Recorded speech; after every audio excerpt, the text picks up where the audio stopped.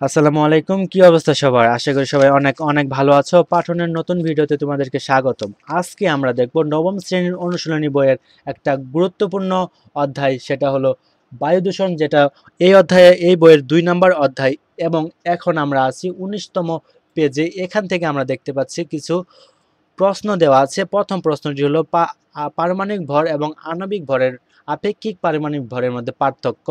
তার পরবর্তীতে একটা অঙ্ক দেওয়া আছে এবং তার পরবর্তীতে আছে হলো তারপর আরো একটা বর্ণনামূলক প্রশ্ন দেওয়া আছে। এই ভিডিওতে আমরা চেষ্টা করব এই 3টা প্রশ্নের উত্তর দেখার। প্রথম প্রশ্নটির উত্তর আমরা এখন দেখে নিব। বলা হয়েছে পারমাণবিক ভর। তো পারমাণবিক ভর এবং আপেক্ষিক পারমাণবিক ভরের মধ্যে পার্থক্য। এখানে তোমাদের জন্য একটা প্রশ্ন, সেটা হলো, এখানে যে প্রশ্নটা তোমাদের জন্য সেটা হলো আয়োডিন। তোমরা অবশ্যই আয়োডিন নাম শুনছো। আয়োডিনের পারমাণবিক ভর কত? পারমাণবিক ভর কত? তোমরা এটা কিন্তু চুরি করে বললে কিন্তু হইতো না। এখান থেকে তোমরা এখন কেউ যদি জেনে থাকো তাহলে সরাসরি বলে দিও, আর না জানলে জেনে নিও তোমাদের বইতে যেই পর্যায় সারণী আছে এখানে তোমাদের কাছে একটা প্রশ্ন থাকলো আমার, সেটা হলো তোমরা উত্তরটা দিবা যে আয়োডিনের পারমাণবিক ভর কত। এখন আমরা আমাদের প্রশ্নের উত্তরে চলে যাই। প্রশ্নের উত্তরে বলা হয়েছে যে পারমাণবিক এবং আপেক্ষিক পারমাণবিক ভরের যে পার্থক্যটা আমরা উপরে নিতে পারি, এবং এটা এখানে সুন্দরভাবে তুলে ধরা হয়েছে। এখানে দেখো, প্রথম অংশে লেখা হয়েছে পারমাণবিক ভর এবং দ্বিতীয় অংশে আপেক্ষিক পারমাণবিক ভর। আচ্ছা, পারমাণবিক ভর হলো একটা নির্দিষ্ট অস্তিত্ব নিয়ে নির্দিষ্ট ধারণা। তোমরা যদি মনে হয় যে লেখাটুকু অনেক বড় হয়ে যাবে, তাহলে তোমরা লাস্টের লাইনগুলো বাদ দিয়ে প্রথম লাইনগুলো লিখে রাখতে পারো। আশা করি এখানে তোমরা লিখে ফেলছো এতক্ষণে। না হলে তোমরা ভিডিওটি পজ করে নিয়ে লিখে ফেলো। আমরা পরবর্তী প্রশ্নে চলে যাব, যেখানে একটা ম্যাথ আছে। আমরা প্রশ্নটা বোঝার চেষ্টা করি। প্রথমে কি বলা হয়েছে, প্রকৃতিতে কপার। আচ্ছা, এখন আরেকটা প্রশ্ন, যে কপারের পারমাণবিক ভর কত? এটা যদি না পারো তাহলে কিন্তু খুবই খুবই খারাপ অবস্থা। তোমাদের কপারের পারমাণবিক ভরটা আপাতত জানা উচিত। কপারের পারমাণবিক ভরটা বলবা। এখন আমরা দেখব যে এর 2টা আইসোটোপ। এখন আইসোটোপ কি আশা করি জানো, কারণ তোমরা এই অধ্যায়টা পড়তে আসছো। অবশ্যই তোমরা এই অধ্যায়, ওই যে অনুসন্ধানী বইয়ে যে অধ্যায়টা ছিল সেই অধ্যায়টা পড়ে আসছো। তো আইসোটোপ হচ্ছে যাদের পারমাণবিক সংখ্যা একই কিন্তু ভর সংখ্যা ভিন্ন, তাদেরকে বলা হয় আইসোটোপ। দেখো, এই যে কপার, এই যে কপারের তো একটা পারমাণবিক সংখ্যা, পারমাণবিক ভর আছে, কিন্তু আমি পারমাণবিক ভর সরি বইলাই তো দিলাম। আচ্ছা যাই হোক, বইলা দিছি তো দিছি, যাই হোক 29।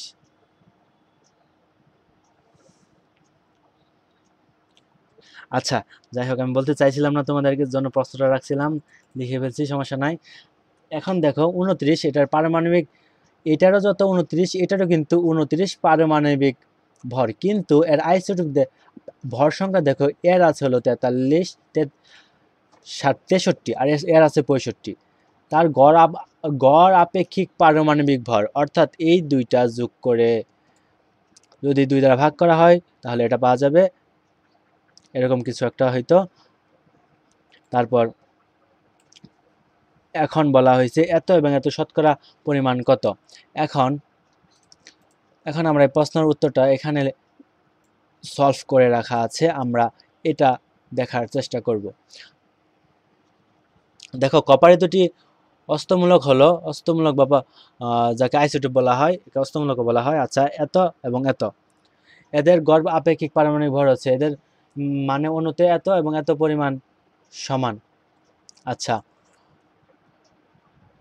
এক প্রকৃতি মিশ্রণে এত এবং এত অনুপাতে তোমরা কি করবা, এই অংশটুকু তুলে নিবা, তাহলে হয়ে যাবে। উত্তর হলো এটি সমাধান হলো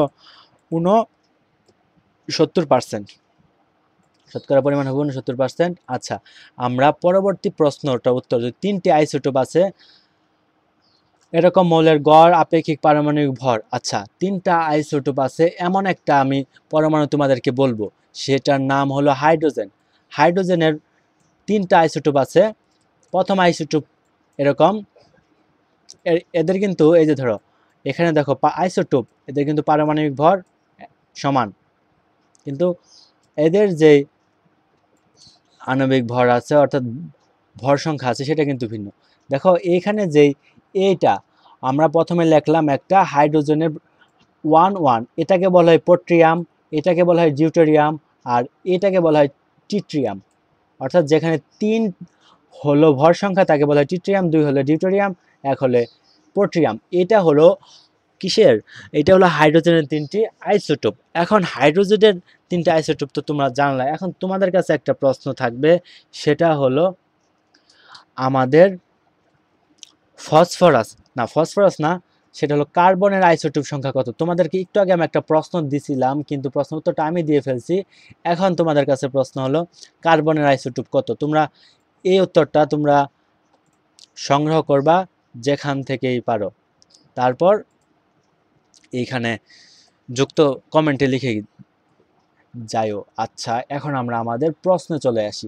প্রশ্নে আমাদের কি বলা হয়েছে? 3টি আইসোটোপ আছে এমন একটি মৌলের গড় আপেক্ষিক পারমাণবিক ভর যদি তুমি জানো, তাহলে তুমি কি প্রকৃতিতে প্রাপ্ত শতকরা পরিমাণ বের করতে পারবে? এই প্রশ্নের উত্তরটা কি হবে? হ্যাঁ, অবশ্যই তো পারবো। আর এর কারণটাই এখানে লেখা আছে। হ্যাঁ, যদি 3টি আইসোটোপের গড় আপেক্ষিক পারমাণবিক ভর জানা থাকে, তবে প্রকৃতিতে প্রাপ্ত শতকরা পরিমাণ বের করা সম্ভব। এটা শতকরা পরিমাণ কি করা সম্ভব? বের করা সম্ভব। কি বলা হয়েছে? এটা বিবেচনা করা যায় যে প্রতিটি আইসোটোপের পরিমাণের অনুপাত কিন্তু সম্পূর্ণ হতে হবে, যদিও এটা কমপক্ষে 2টি আইসোটোপের গড় আপেক্ষিক পারমাণবিক ভর জানা থাকতে হবে। তোমরা এই অংশটুকু লিখে নিও, আমি আর ভিডিওটি লং করতে চাচ্ছি না। তোমরা যেটা করবা, ভিডিওটিতে একটা লাইক দিয়ে দিও, আর তোমার বন্ধুদের সাথে যদি মনে হয় শেয়ার করলে ভালো হবে তাহলে শেয়ার করো। আর কেমন লাগলো আজকের ক্লাসটা সেটা তোমরা জানিয়ে দিও। সবাই ভালো থাকো, সুস্থ থাকো। আসসালামু আলাইকুম রহমতুল্লাহ।